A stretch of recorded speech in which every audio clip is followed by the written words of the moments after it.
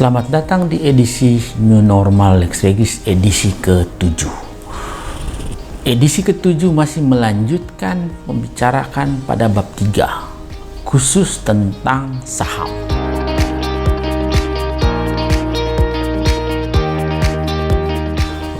Saham dibahas dari pasal 48 sampai pasal 62 di dalam Undang-Undang Nomor 40 tahun 2007. Bagi perseroan, modal menjadi sangat penting.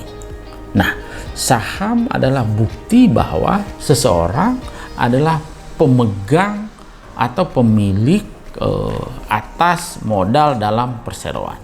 Oleh pasal 51 dikatakan pemegang saham diberi bukti kepemilikan saham untuk saham yang dimilikinya.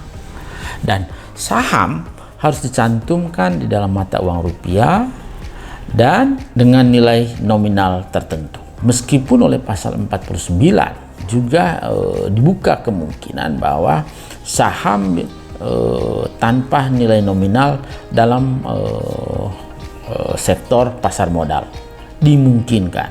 Tapi dalam undang-undang PT ini dikatakan bahwa saham tanpa nilai nominal tidak dapat dikeluarkan. Nah, direksi wajib menyimpan daftar pemegang saham.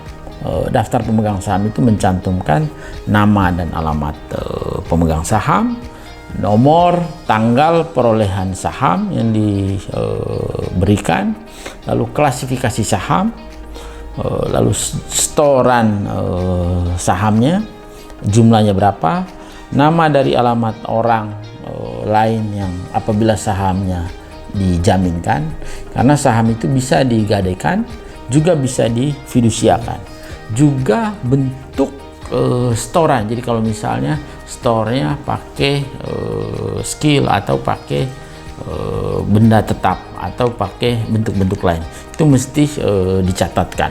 Nah, selain daftar pemegang saham, perseroan juga mesti punya daftar khusus. Daftar khusus itu adalah daftar di mana mencantumkan apakah direksi atau pemegang atau komisaris memiliki saham dalam perseroan tersebut atau memiliki saham pada perseroan-perseroan lain.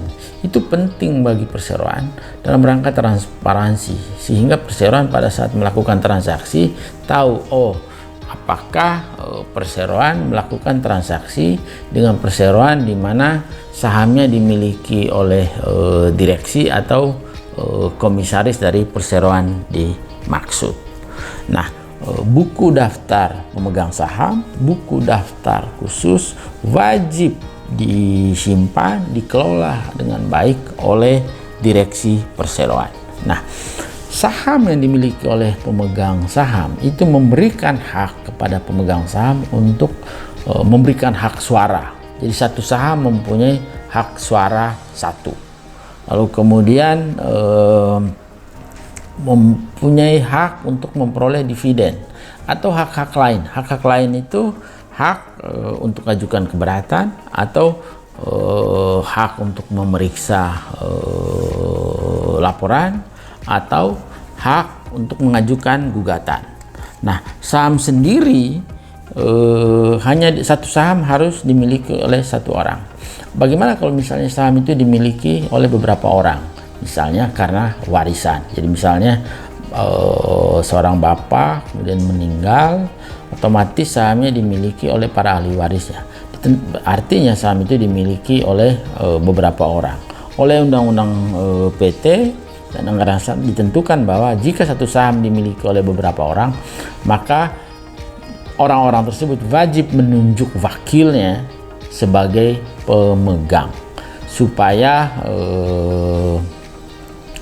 bisa memberikan hak suara. Selama mereka tidak menunjuk salah satu wakilnya, maka saham yang dimiliki oleh beberapa orang tersebut tidak mempunyai hak suara.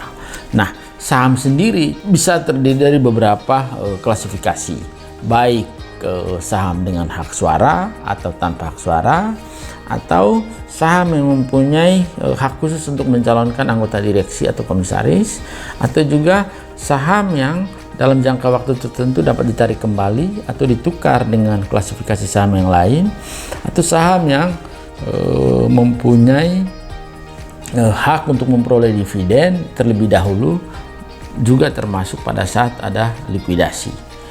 Mereka memiliki hak terlebih dahulu untuk memperoleh sisa hasil usaha. Saham selain sebagai bukti kepemilikan bisa juga sebagai barang jaminan untuk bentuknya gadai atau fidusia jika melakukan pinjaman kepada bank atau ke lembaga gadai. Nah, selain itu juga diatur tentang bagaimana cara mekanisme pemindahan saham. Nah, dalam pasal 55 sampai pasal 59 mengatur tentang pemindahan atas saham. Nah, seseorang pemegang saham kalau hendak memindahkan saham, dia mesti menawarkan kepada pemegang saham yang lain untuk melakukan pembelian. Dia nggak bisa menawarkan kepada pihak yang lain dulu sebelum ditawarkan kepada pemegang saham. Jadi internal, kecuali kalau misalnya semua yang di dalam pemegang saham ingin menawarkan kepada pihak ketiga lainnya. Artinya semua pemegang saham menawarkan kepada pihak yang lain. Nah, jadi tidak bisa pemegang saham langsung menawarkan kepada pihak luar sebelum ditawarkan kepada pihak internal. Selain itu, pemindahan saham juga mesti disetujui oleh organ perseroan, dalam hal ini RUPS. Tanpa persetujuan RUPS, pemindahan saham itu tidak dapat dilakukan. Nah, apa implikasinya apabila saham dipindahkan tanpa persetujuan organ? Implikasinya pemindahan tersebut bisa ditolak oleh direksi untuk tidak dicatatkan. Artinya itu batal. Jadi transaksi-transaksi pemindahan saham harus mengikuti aturan Undang-Undang PT yang dirumuskan di dalam anggaran dasar, atau kalau tidak diatur di anggaran dasar secara detail, maka berlaku Undang-Undang PT. Jadi penawaran kepada pemegang saham lain wajib dilakukan, lalu pada organ juga wajib dilakukan. Hal yang lain adalah pemegang saham juga bisa meminta kepada perseroan agar sahamnya dibeli kembali. Pada saat mana? Pada saat pemegang saham merasa bahwa direksi telah mengambil keputusan secara